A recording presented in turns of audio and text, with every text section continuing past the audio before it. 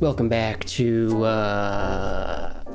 Smooth Jazz ASMR radio.gov/ValenHark/learn Japanese.mp3.php. You ready? Good, let's go. And we're gonna start things off here with vocabulary as usual. What do we got for the vocab?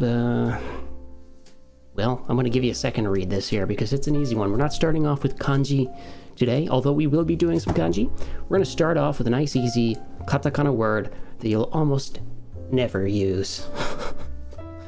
Oh, Valen, why are we learning useless words? Even if you don't use it, you still got to know it because let's, telephone card, prepaid telephone card, who uses those now? I mean, am I crazy? Are you watching this and you use these prepaid telephone cards? Because I've never used one of these in my entire life. But maybe you do. Maybe you don't. Maybe you're reading some old newspaper articles about how people are using telephone cards. And you got to understand what's written there. All right, that's why we learn old words too. Okay, and this is in the book. So that's actually really why we're learning it. Anyway, this one's easy. All right. You should be able to give it the old sound out there, but just in case, let's do it live. We'll do it live. Right? Te, re. And I've got a little note about this. Ho. Ka. Do. Alright, we got the nobashibo here. The nobasu means hold the tone until you arrive at your next destination, which would be do. So, ka do, not kado. Kado. Remember we learned card last time, and look, we're already putting it to use by combining it with the word terehon. And you might think to yourself, oh, in Japanese they just say telephone? Actually, no, they don't. There's another word that usually uses kanji that we'll go over later called denwa. Denwa is always used for telephone, except in these rare, strange cases where it's not. Probably because this was, taken from the English. It was stolen from the English language and converted to Japanese, and that's why they left it as telephone instead of saying denwa kado. All right, but anyway, the quick point I want to make about this one is, and I mentioned this a long time ago, just briefly, when we were first learning about this character here. This guy is, what did we learn? He's in the ha, he, hu, he, ho column, remember? An important note about this is sometimes, I don't want you to get worked up about this, because you're not going to know when until you learn each word. Sometimes it's also used as F instead of H. So in this case, it would be, instead of ho, it could be ho. Right? And the reason is because in Japanese, let me close that off there. In Japanese, technically there is no H or F going on there. It's some kind of character that's in between the two. If you listen to native speakers, I mean, I do my best, but if you listen to native speakers, it's probably even more clear than my voice, but it's like terehon, right? It's kind of this mix between H and F, so you could, remember when you would try to write true or false on your test there in class, and you'd pull one of these things. Yeah, oh, wait a minute, is it true or is it false? And you'd sit there and you'd be like, you know what? Maybe the teacher is not gonna know which one I meant to write. All right, because this is gonna be true or false, all right? Maybe I meant it to be a T, not an F. Maybe I meant it to be an F and not a T. Okay, and then your teacher's gonna look at that and your teacher's gonna say, you know what? You're getting this wrong because I don't know which one it is. All right, so you try to get away with that and you lost. Anyway. The point I'm getting at is you don't really know until you learn the word, all right? But in Japanese, it's kind of a mix between the two either way, all right? If you got trouble with that, don't worry about it. As we learn words, I'll point it out. I'll tell you which one you should be striving for, which sound you should try to make it sound like, all right? Next up, we've got today's first kanji pair, and it is pencil. Okay. How do we read this kanji here? Sound it out. Sound it out, boys and girls. En. Pitsu. Enpitsu. Enpitsu is how we say pencil. And no beginner language class can move on until its learners learn how to say pencil. Okay, and now you have reached that point in this class. Let's check the stroke order. At Jisho. Enpitsu. Spacebar, there it is. Oh, look, it just means pencil. It just... Good. Done. Let's check this one out. The first kanji we have here. You're gonna see this left part a lot for different types of metal and stuff. And here's a good note. This is a two-parter vertically, right? So we got the left and the right. Just keep that in mind when you're writing it to leave space. But this left part is used in a lot of different types of metals. And you'll see here, even though we're learning the word enpitsu, pencil, enpitsu, the first portion, en here, can also be pronounced namari, but not in this word. The en portion here means lead. Okay? And when we get to pizza, it's going to probably say something like writing implement or something like that, but we'll get there in a second. Let's first take a look at this. Check the stroke order. Okay. Top left to bottom right, as always. Boom. Simple. You got the use of the box in there as well. Let's head on over. Let's do it. Now keep in mind, like I just said, we've got the vertical two-parter here, so do try to leave some room. Whereas I would normally make this one a nice fat stroke, I'm going to make it a thin stroke there, like that, to leave room, because we want to write more over here, okay? This is very important. I keep saying it, but people seem to have a very hard time with that. So keep it nice and thin here. Boom. Boom. Actually, let's, here. God. I'm doing what I tell you not to do, which is to worry too much about your handwriting, but I just want it to look good, okay? Is it a crime? Is it a crime? Do this, then go inside in, or outside in, boom. Do this. Done, okay? Jesus Christ, Valen, what are you doing? Just take me over here. Pizza. Let's look at the pizza. You want a nice slice of pizza for your end pizza pencil? Okay, and like I said, yeah, writing, brush, writing, painting, brush, handwriting, like writing implement, right? So what do we got? The actual like technical meaning of each kanji in this: en pizza, en being lead, pizza being writing implement or handwriting or brush. Yeah, lead brush. Okay, it's a pencil. Boom, got it.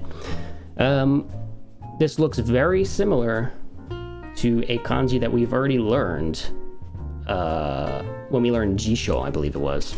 Remember when you learned Jisho, you had that second character that looks like this? Let me put them side by side here.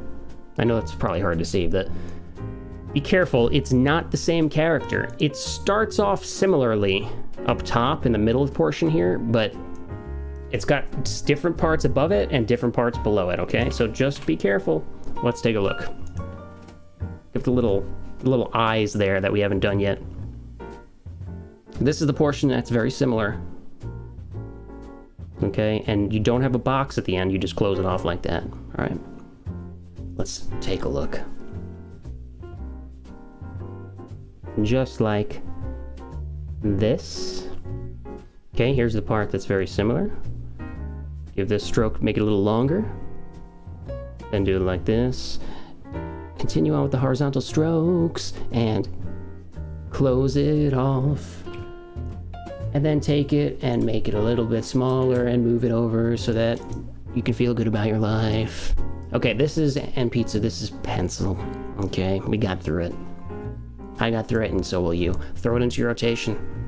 And remember it, because you need to know how to say pencil. If you don't know how to say pencil in Japanese, you will never be fluent. I promise you that. Let's go. Right back into the easiness. What do we got this time? Well, we learned how to say pencil. We should probably learn how to say pen, right? And why have I thrown in parentheses here ballpoint? Because I wanted to make sense to you why they say boru pen, right? Boru pen just means pen, because they took a ballpoint pen and literally just turned it into katakana, but then they got super lazy. They didn't want to say boru pointo. They just cut the ballpoint in half, kept the ball portion of it, and then went straight over to pen. Why did they do that? Because they like to completely bastardize English words into Japanese and then pretend like English native speakers are supposed to know what they're trying to say. Don't get me started on that. All right, let's just look. So I told you before, you could also, this could be ho or ho. If we've got ten up here, it's never gonna change, okay? It's always gonna be bo. 1010 turns this into a B no matter what, so you don't have to worry about that if you're using 1010. And likewise, just as a side note here, if we were, oops, that's, not trying to write moku. If we use maru here, this is always gonna be po, so it's never gonna be bo or anything like weird like that, okay? So don't worry about that. The note that I was telling you before is only when you're not using a modifier character like this, okay? So now that we've got that out of there, boru pen. And by virtue of learning boru pen, you've also learned the word ball. I told you maru means round or circle, and also could mean ball, but sometimes, depending on the context, a Japanese person might opt to use the stolen English loanword and just straight up say boru, okay? So for now, boru pen is how you say pen. So we've got enpitsu, pencil, boru pen, pen. Could you just say in Japanese, could you just say pen? You could. As long as the context is clear, I think anybody would understand it. If you just said pen all by itself, there's a few different things that could end up meaning, so you probably don't want to do that, but I mean, some people shorten the word penguin into pen, and some people make it oh so cute, and they just go ahead and they say pen. What an adorable penguin, pen. So cute. Next. Well, now that we're talking about pencils and pens, we might as well learn how to say mechanical pencil. At least, that's the thought process that whoever wrote Minna no Nihongo must have been going through, because this is the next one in the list. And by the way, just to make sure you remember, we are following that list for Chapter 2 on Minna no Nihongo. We've done all these. Where are we? Today started at enpitsu, pencil. Oops. And then we did ball pen, and now we are on mechanical pencil. Okay, and this is another easy katakana one, so just sound it out. What is this? Be careful, this is not tsu, this is sha. Or, well, I should say shi, and then when you add little ya, it becomes sha, right? And what's this? Hold the tone. So we've got sha, what's this? True, but it's got maru, so it is pu, sha pu. We just did this, so this should be easy. Pen, and is this tsu? No, it's again shi. Sha pu pen shi ru. Sha pu pensiru. Pensiru. Wait a minute, Valen. You just said that pencil is enpitsu. Okay, it is. But welcome to the irregularity of Japanese words. Sometimes they choose to use their own complete Japanese, and sometimes they choose to use the bastardized English loanword. And in this case, for mechanical pencil, they wouldn't say shapu enpitsu. They'd say shapu pensiru. Okay, let's get rid of this mess real quick. You'll see down here in parentheses, I've also included shapen, right? So again, they don't like long words in Japanese, and it's very common to see things cut in half So over time, people have gotten lazy and they've removed the pen portion. We don't need that. Or excuse me, they've removed the pu portion. We don't need that. And they've just gone directly to saying sharpen, which is even more confusing as an English native because you might think that that means like sharpen, which it does not. Okay, it means mechanical pencil. And what's going on here? They were trying to say sharp pencil, which again in English would mean an actual sharpened, non-mechanical wooden pencil, wouldn't it? Okay, if you're a Japanese viewer and you want to learn that, there you go, because it does not mean mechanical pencil in English. I gotta tell you guys, I have a real bone to pick with waseigo, Japanese or English, Japanese style English, because it is just, most of it is just flaming garbage. It's born out of people misunderstanding each other between the two languages and cultures, and then further messed up after people brought it back to Japan, to their home country, and just like, and sometimes it wasn't even said. A Japanese person just read it, and then they used the wrong pronunciation when they made the Japanese English loanword, and there's just so many of these. Yeah, we're gonna do a lesson on these at some point, I think, because there's some of them that are pretty funny, and some of them that just make me angry. And if you want me to be angry, you just show me a list of waseigo, and that's what I'll be. Anyway. Little, yeah, right? Because we want the sha. Sharp. Pen. Sharp pencil. Mechanical pencil. Okay? Sharpen is probably an easier way to do it, right? If they're gonna cut it in half, you might as well join them and just do it the easier way there, right? What do we got next? Kagi. Okay, key. Like the key that you put in your door to lock it or unlock it.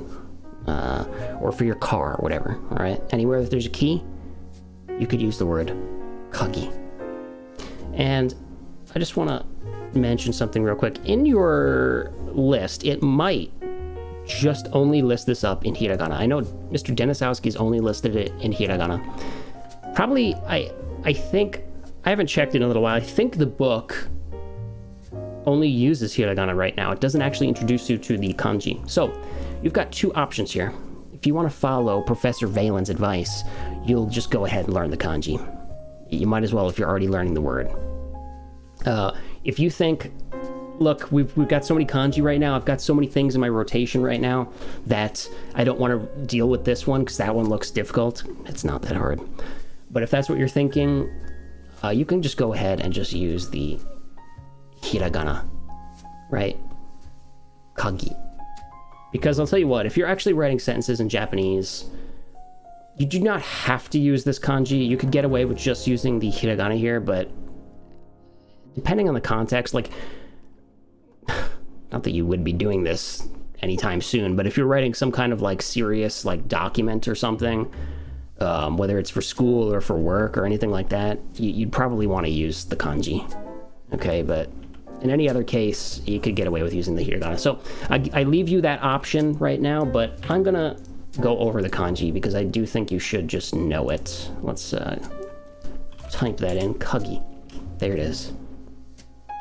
Okay, and look, it's half of it is already something that we've already learned today. The part that's always used in metal, right? And you'll see here it's used in key as well because most keys are made out of metal. Okay, and then we got a portion on the right here that's very similar to stuff that we learned as well. One of the characters that we learned today too. Now, what I want you to be careful of, this is a kind of rare case where we have vertically 3 parts. And one of those, the one in the middle, is thinner than the 2 on the left and the right, and it goes underneath the one on the right. So, this is probably one of the more complicated ones that we've gone over, but that's kind of why I want to show it to you right now, because I think it's good to start seeing and knowing how to do these kind of kanji. So when we look here in the exploded view, I'm going to show the animation in a second, but we start out simply here with the metal portion that we did earlier. You know, we got the parts going from the outside in, we close it off. And then what do? You'll see here, it has you going directly to the right part. So we're skipping this part in the middle. We do left, skip the middle, do the right, which is straightforward. We've done this type of kanji a lot of times, right? And then you see when we finish off that one on the right there with the final stroke, then we go to the middle, right? To this middle stroke here, and finish it off by throwing that tail underneath the strokes that we did on the right. Okay, so let's just take a look at this real quick, animated here. Start off with the left, skip the middle, do the right. So leave a little bit of room there in the middle. And you see they just left just barely enough room there. So your penmanship might suck on this at first, but that's okay. Okay? And I would suggest, you know, maybe you do this the first time, you do it big, so that you leave yourself room to, like, understand. Let's say, like, the box that we're using is, like, huge. Here's what we would do, okay? Outside in, remember that for this. And this is really big. I would probably even make this just a little bit. There we go. Oops. All right, good. And now I'm gonna skip a little bit of space in here. See this is about the space that I think you need to leave. And I'm gonna start doing the other strokes right about here, okay? You see they're kind of compacted. Normally we do these a little bit thicker in the horizontal plane, right? But we're trying to compact everything into a nice neat square here, so that's why I'm doing it this way. Okay, close it off. And you see I'm not taking this line all the way down to the bottom of this, because I know that we've got a tail that's going to need to come down underneath that in the final strokes here, which are, whoops, starting right now. So technically, before I write this, let me show it to you. Technically, these are 2 strokes, and then you put the third one like that. However, I've seen a lot of Japanese people do this too, because we just get lazy. Just combine these into 1 stroke instead of doing it properly as 2 strokes, because it ends up looking very similar anyway. But if you want to be a real stickler, these are technically 2 strokes, okay? And you just throw them right in there like that, okay? Kagi. And that just looks like a mess, but if it's your first time reading it, that is. If you're used to Japanese, you'd look at this and you've got other crap going on in the sentence, you immediately know to say in your head or to speak out loud if you're reading out loud, kagi. Okay, you don't need to mess with 2 characters in hiragana. So again, when I went over kanji, I kind of mentioned this briefly. The reason that we use kanji and why it's actually technically easier the more used to Japanese you become is because when you're reading sentences and you want to read them quickly, you only just need to briefly look at this, because your brain, once it's good enough at this, can quickly identify subconsciously all the different parts going on here, and you'll just be able to read it like that, kagi, and you'll know it means key, okay? And if there's another word that uses the 2 hiragana kagi, and you only had that written there, and you were like, wait, which word is this? And then you would have to think about the context, and that might add on mere milliseconds to your whole thinking process. So you might think it's not a big deal, but when you're reading sentences, that adds up a lot. So that's why, again, I want to mention this. Kanji is good. It makes sentences easier to read, even though in the beginning stages it feels more difficult to read and write. It's actually better in the long run, okay? And what do we get? The next one, we've just got 2 more vocab, including this one, okay? We're gonna round out the day here. I know we're doing a bunch, but you've got a significant amount of time between the courses here, so you should be able to handle this in your notebook. So, next one, clock, watch. Phelan, those are 2 different things. Welcome to Japanese. where in this case, you really are going to need the context to know exactly which one they're using. But before we write this, a lot of the time it's used for clock. Sometimes it's also used for watch.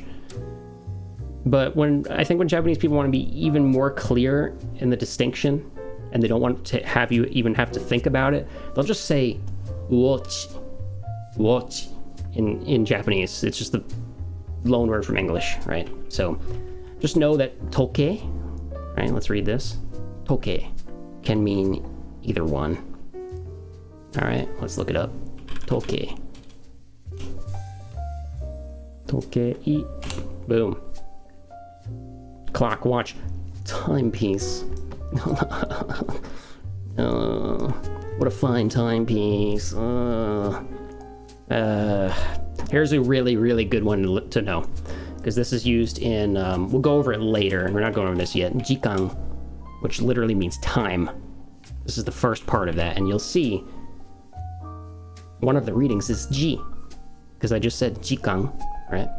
But in this case, the reading for it is to, which is, interestingly enough, not even listed up here. Toki, yeah, that's toki or doki, depending on the context, is how this is usually read. And why does this have a little hyphen here? Just as a side note here, you don't need to know this right now, but if you're wondering why it says toki and hyphen doki, what it's trying to get across to you is that usually if you're starting the word, let's say you have got two kanji and it starts with this, or if you're just doing this by itself, this one kanji by itself, it'd probably be read as toki. But if you're using it as the second kanji, or any kanji after that in the compound word, it's probably going to turn into doki. So for an example, the word tokidoki, which means like sometimes. Tokidoki, right? Instead of toki-toki, right? Because it's technically these two characters here. When I actually type it out and turn it into kanji, oops, tokidoki, you'll see that the second kanji here pops up that you haven't learned yet, which usually just means to repeat whatever is before it. All right, we're getting too complicated here, and I'm pulling off on the side. Let's just learn this, all right? Toke, in this case, the first part of it is, first kanji is used for time or hour. It's usually used for time. And it's pretty simple. Let's take a look. We got our box with a shelf. And then we do this little dealy-do. Top left to bottom right, straightforward. All right, let's do it. And also, this by itself, I think we've gone over, can mean day, or it can also mean sun in some cases, right? When it's day, it's usually hi or michi, right? So we have learned this part before. You'll see we're just kind of compressing it off to the side here when we want to use it in the word for time, or I should say the kanji for time. Okay.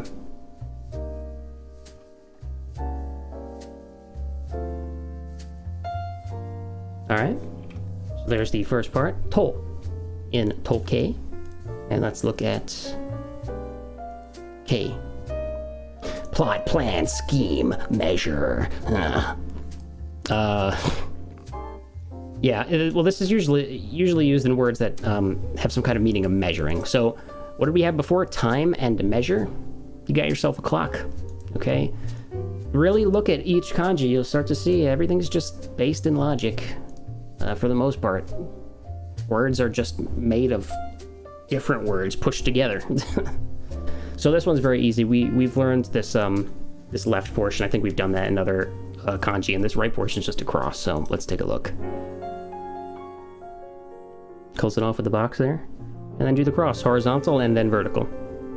Okay, and I told you last time too, but in case you missed that or you don't remember, the difference between this first stroke here in the top and the first stroke here in the bottom kanji is just the style. This one's more calligraphy, this one's more like a computer font.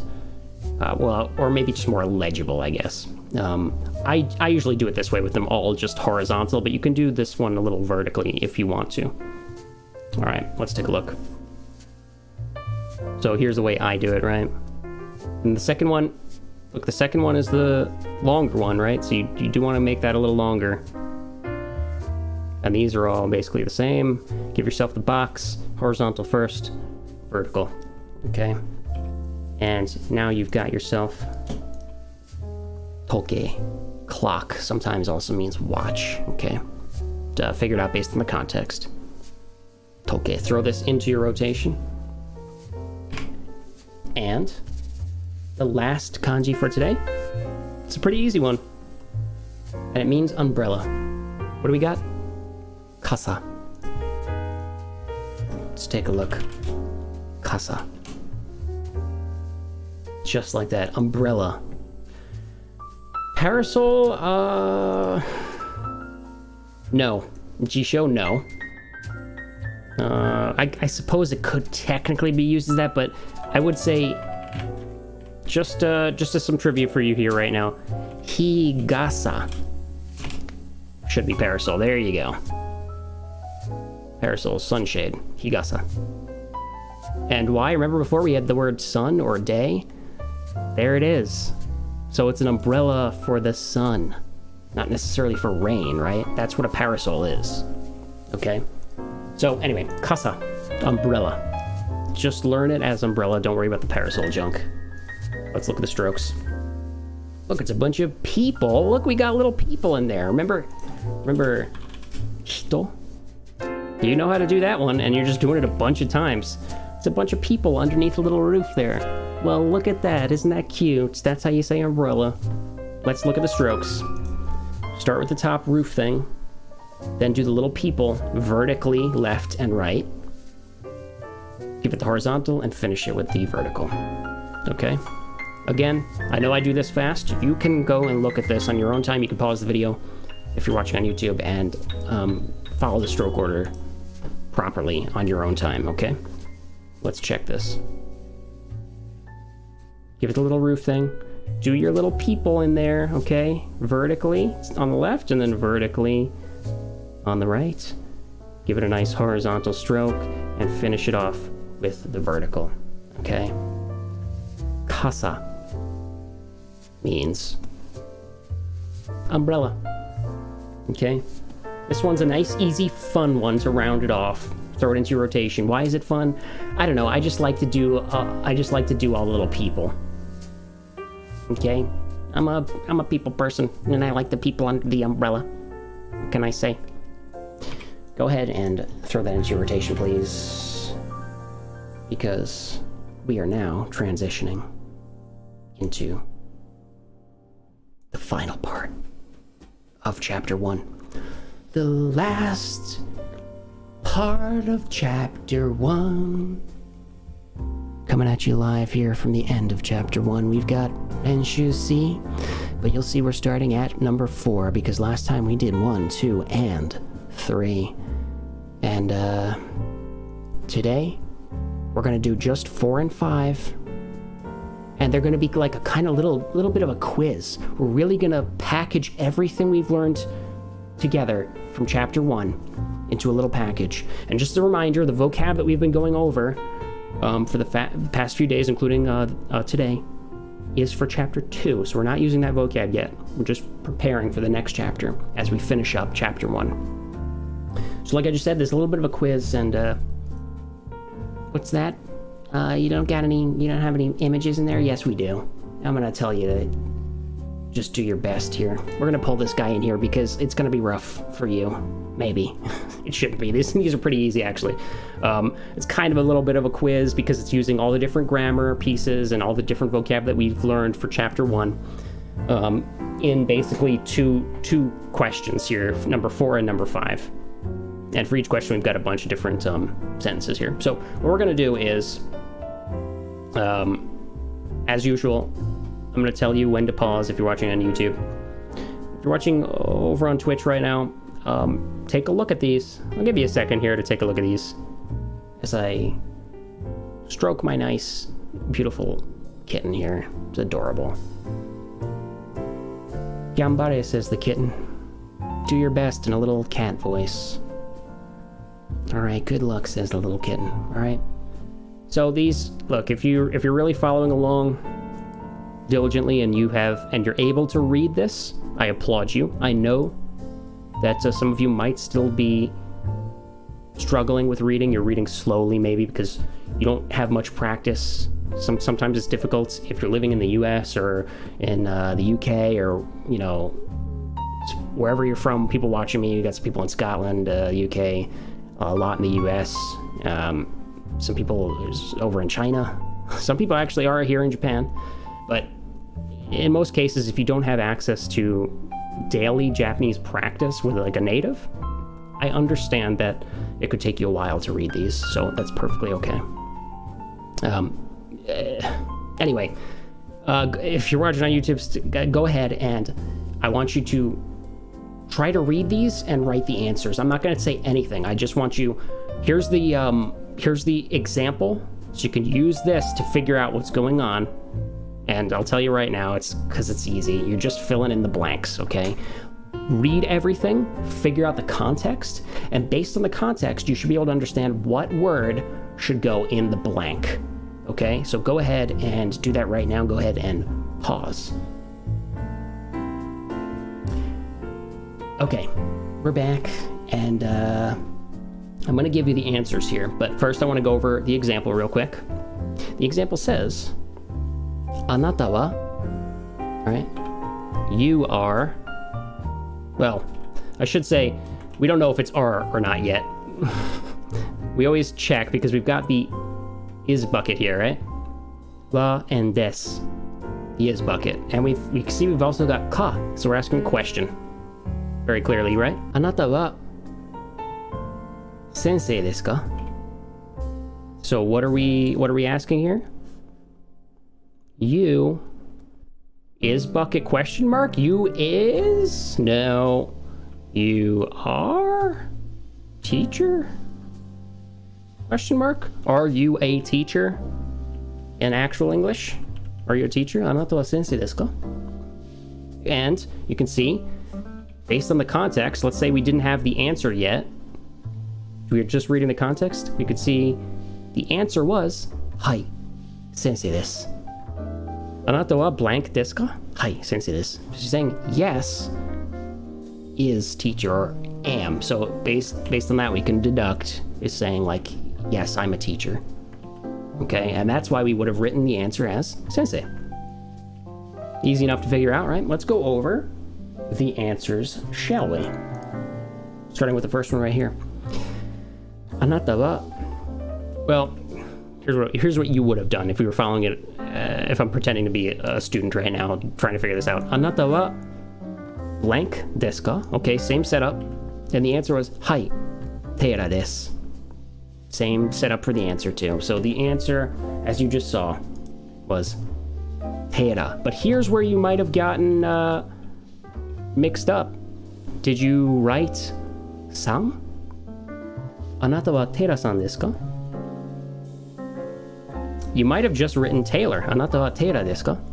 And although technically okay, grammatically, you want to put san in there. And this was a straight up here on the quiz, we're already trying to trip you up. Because the answer does not have san. And why is that? Because Mr. Taylor would not refer to himself using san. He would just say teira. Because san is the honorific, right? So you only want to throw that in there when you're talking about somebody else. And the person asking the question is talking about someone else, Mr. Taylor. So they would have said, Anata wa teira-san desu ka? Mr. Taylor would have said, Hai, teira desu. Okay, what's number 2 we got here?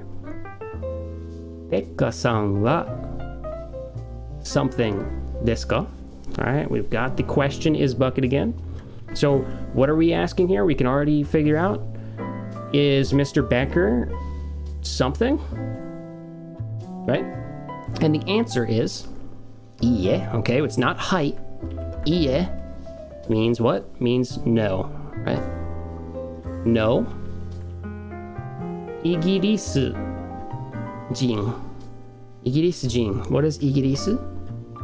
Or igirisu jin? Igiris is the UK, or England, depending on the context in Japanese. Igirisujin would be English person, right? So Mr. Becker is something? Is Mr. Becker something? No. Igirisujin jarimasen. He's not an English person. And then what does it say? Doitsujin desu, right? Doitsu would be Germany. Doitsujin would be German, or German person, right? So the answer is no, not an English person. And then literally translated, it would just be like, is German person. But we know, translated into natural English, we would probably want to say he's a German person, or he's German. Okay, so was that, what do we write here if that's the case? So the question is asking something that we can deduce by the answer, and the answer was no, he's not an English person. So the person was probably asking, is Mr. Becker an English person? Is Mr. Becker English? And that is what was being asked. Bekka-san wa Igirisujin desu ka? Iie, Igirisujin ji arimasen. Doitsujin desu. Okay. Next, we've got number 3, Emma-chan. Remember little Emma-chan?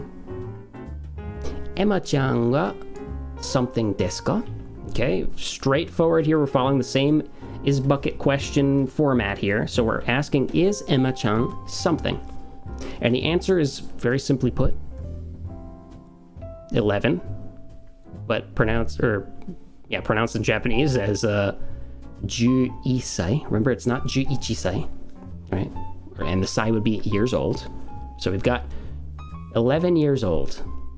11 This is 11 years old. Or probably more naturally in English, she's 11 years old. So what is the question being asked here? What do we fill the blank in with? Because the answer is giving us her age. So what's being asked is probably, Emma-chan wa nansai desu ka? How old is Emma-chan? She's 11. Emma-chan wa nansai desu ka? 11 desu. Okay. And number 4. Ano hito. Remember? Kono, sono, ano. Kono, this. Sono, that. Near you, person I'm speaking to. Ooh, do you hear that? Oh, ooh, my joints. Ouch, my bones. And then ano. That, far away from us speaking here. Ano hito, so that person, probably across the room or something, who knows. Ano hito wa nani nani something something desu ka? Ano hito wa desu ka? So that person is something. And the answer that was given here was Shimon-san desu. Is, or that's, Simon. Or Miss Simon. So what's the question being asked here? I suppose it technically could be two different things, but hopefully you have written dare. Ano hito wa dare desu ka? Who? Dare.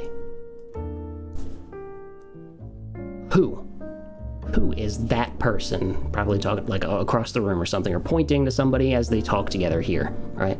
And the answer that the person that they were talking to gave was, that's Miss Simone, right? Now, the second technically could be correct answer would be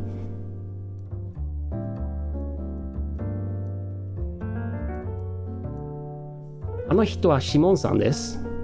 Ano hito wa Shimon-san desu ka? Like, are you asking, you're asking, is that person Simone? They, instead of saying hi, they technically could just repeat what you said and say Shimon-san desu. So it would be like in English, like saying, is that person Miss Simone? And you could say, that's Miss Simone. Like as you nod your head, being like, yeah. So technically that's also true, but hopefully you figured out what we were trying to do here by writing the answer that the book wanted you to write and what I wanted you to write, which was dare. あの人は誰ですか? Who is that person? Okay. How'd you do on number 4? Easy enough, straightforward. We're using grammar here, all throughout this whole time that you should already know. The is bucket with a question. Okay, that was the main grammar points that we were repeating here. And each time we were asking different questions about people, basically. Okay, so let's go ahead and do number 5. Boom. Cat, I need you to be somewhere else. There you go. He's still here, don't worry. He's gonna be fine. And you're gonna be fine. So we're gonna do number 5 here before we close out the class for today. All right, this is like the final portion of your quiz. That was the first half, this is the second half. So let's just, before you go ahead and do this, why not? Let's go over the example here. So remember, by the way, rei means example. So that's that kanji that's being used here, example. And it says, remember this? Watashi, I or me. Watashi, something, Smith desu. Well, I mean, you don't have many options here, so you hopefully, and as the example shows you, you would have written, Watashi wa Smith desu. I'm Smith. Okay, this is just somebody giving their self-introduction here. They're just using the grammar. So this gives you a little clue about this section. It's probably going to want you to put grammar particles in here for the most part. Okay, and all of this is review. I'm not giving any new vocab in here. We've gone over all of this up to this point. These words should have been in your rotation up to this point too. If you're still having trouble recalling them, that's okay. But I have, for that purpose, included the hiragana. Ruby, I guess you could say, is the like reading above for all of the kanji here, just in case you still need it. Okay, so I want you to go ahead and do this right now. So go ahead and pause. Okay, and we're back. Let's go over the answers, shall we? So number 1, we've got here Sasaki-san. Right, that was Miss Sasaki. One of the characters that was in our conversational practice before, right? Sasaki-san, something. Kaishain desu, something. All right, so, you probably could figure this out without the need for an answer here, but just in case, we've thrown in some context.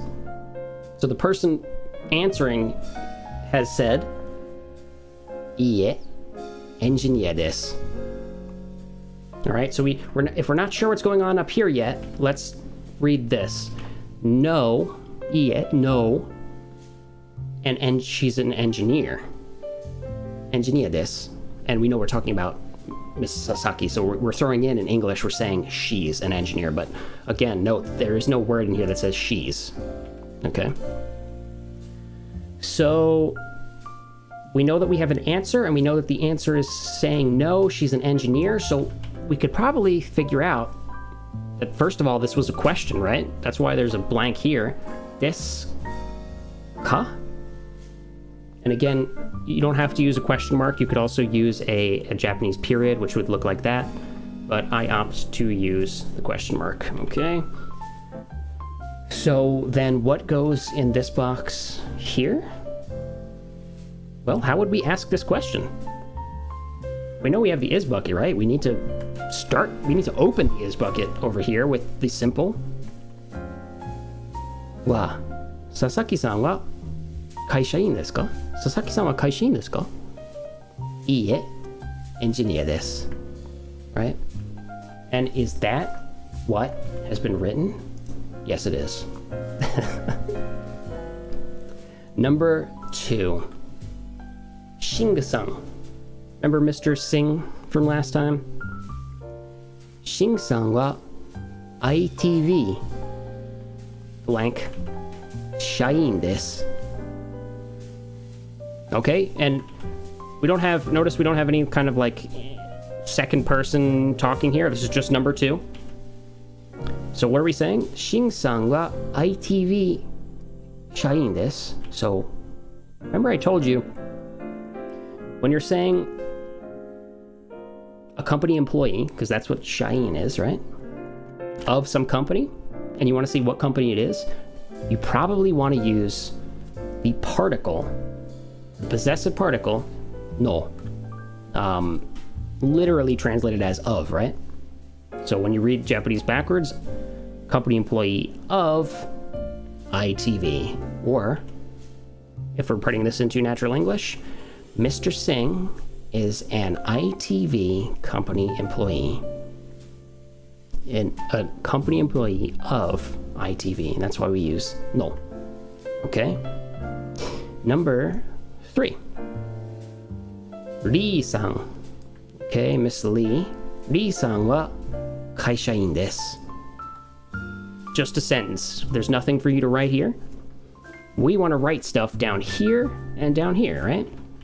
So this is just context. So what do we have here? Miss Lee is a company employee. Lee-san wa kaishain desu. Yoon-san something. Yoon-san kaishain desu ka? Iie. Yoon-san something. Isha desu. Okay. So you might be tempted to write, just like we did up here, because we know we've got the question is bucket, right? You might want to say, Yoon-san wa kaishain desu ka? You technically could, because the context is not super clear here. If you're a beginner, it's fairly clear if you understand Japanese pretty well. But if you're a beginner, you wouldn't be you wouldn't necessarily be wrong to write wa here, right? Because you'd be like, okay, Lee-san wa kaishain desu. Yoon-san wa kaishain desu ka? Miss Lee is a company employee. Is Mr. Yoon a company employee? Makes sense in Japanese, makes sense in English. And then down here, you'd probably want to write in that case, iie, because we see they responded no. Mr. Yoon is a doctor, right? Yoon-san wa isha desu. However, here's where you might get tripped up. I think the best answer here, based on the context, and the book agrees with this in the way that they've written their question, is to write mo. And why is that? Because why did we write something about somebody else that we don't even care about? Because we want to know about Mr. Yoon, right? So why do we write something about Miss Lee? Because we want to practice using mo, which remember is also, or are also, right? In this case, of course, is, because we're just talking about Mr. Yoon. That's the only reason we would have written something about somebody else here, right? Because we want to say something about somebody else, and then the second person is also something. So altogether, we've got Lee-san wa kaishain desu. Miss Lee is a company employee. Yoon-san mo kaishain desu ka? Is Mr. Yoon also a company employee? Iie, Yoon-san wa isha desu.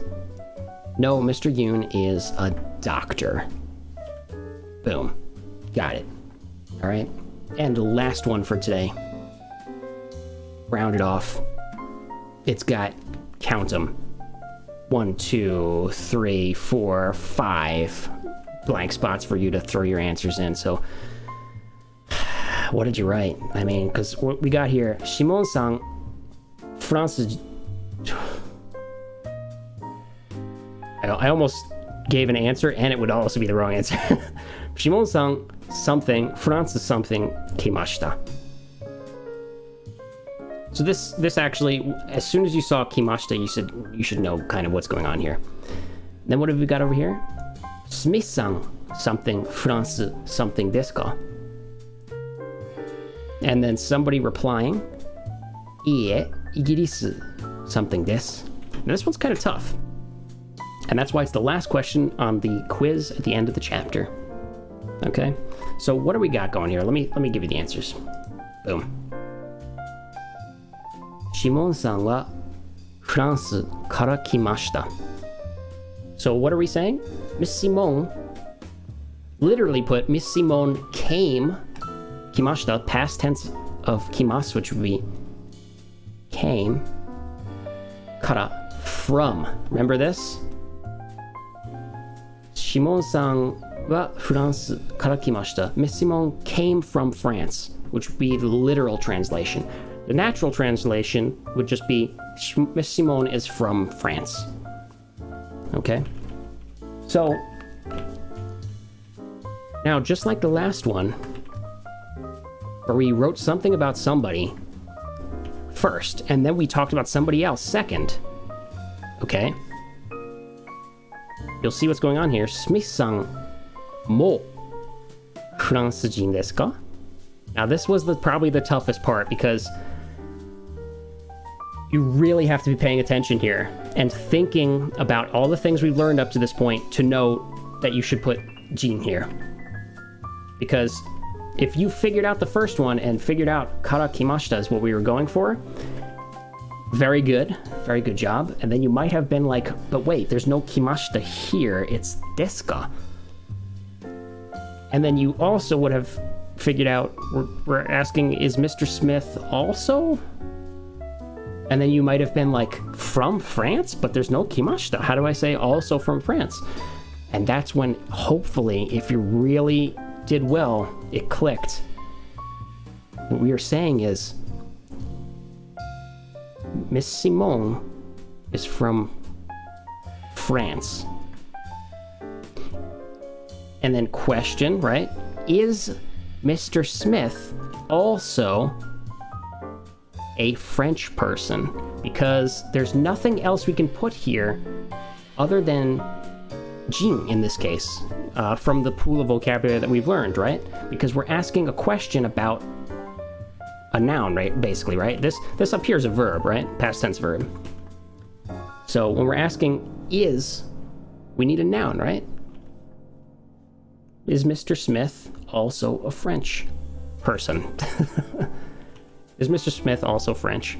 And the answer was, Ie, igirisujin desu. No. And then it's not here in the Japanese, but we threw it in the natural English. No, he's an English person. Okay? So, number 4 was probably the hardest one we've done so far. You really had to think about this. Kind of somewhat of a puzzle here. If you're a beginner to Japanese. If you're not a beginner, then this should not be difficult, okay? If you are a beginner and you did figure this out, hats off to you, because this is probably the most difficult part we've done so far. And hopefully, if you didn't get it, you now see what was going on there. And based on that, you should hopefully be able to construct your own sentences like this. All right, the end of chapter 1, guys. We've done it. We've done chapter 1. And that means like all this grammar here that's been going on in 4 and 5, you should hopefully start understanding. I know it might be slow for you to read it right now, but that's not a problem. Reading speed is something that comes with time. Okay? I think the most important thing for you right now is understanding why and how we used each of these grammar points here. Okay? Why did we use these? And how are they used? Etc. Okay? So that was the point of today's end of the chapter quiz. And you know what that means? That means we're going to be moving on to chapter 2. We're going to continue on with chapter 2 vocabulary. We might take a short, tiny little break from this like hardcore grammar excursion that we've been doing here before we jump into chapter 2 and maybe we'll do some fun stuff. You know, maybe we'll throw in some more of that onomatopoeia stuff. We'll learn some funky words or, you know, grammar constructions. I don't know. We'll do something. We'll do something to take a short break from the grammar and stuff before we move on to chapter 2, so that you can enjoy yourself, you know? Anyway. That's not my face.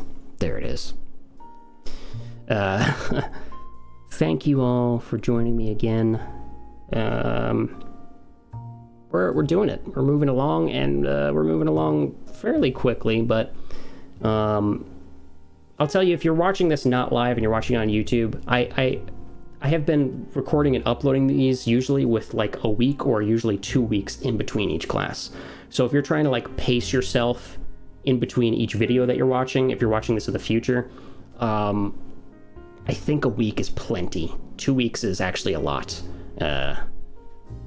Your buddy Valen here, he's got a lot of responsibilities to take care of, and that's sometimes why it takes 2 weeks. But anyway, if that's what you're doing, then in between each video that you watch, give yourself time to practice the vocab. You need to be doing those rotations every day, right?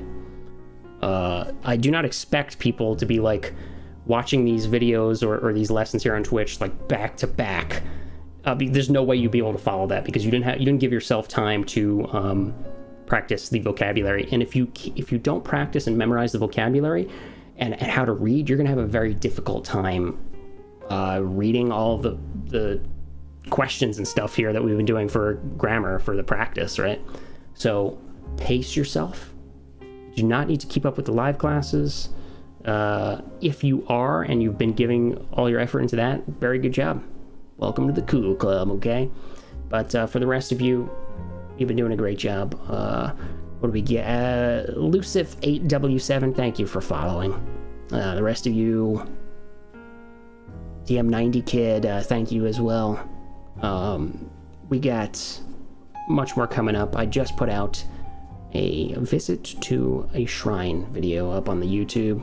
So if you want to go check that out, a nice smooth ASMR shrine visit, because my voice is not in it, it's just the sounds of nature. Just the sounds of the birds chirping, the trees doing their shush, shush, shush, out in the woods next to a nice little cozy shrine with the sounds of the water coming down the little water fountains. The views of the shrine. Go ahead and enjoy that if you would like.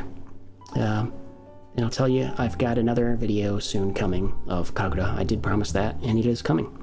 It's gonna be the next Tohoku Life video in the series, okay? So if you're interested in that stuff, head over to the YouTube and check it out. It's not over here on Twitch. At some point I might upload those to the Twitch videos, we'll see.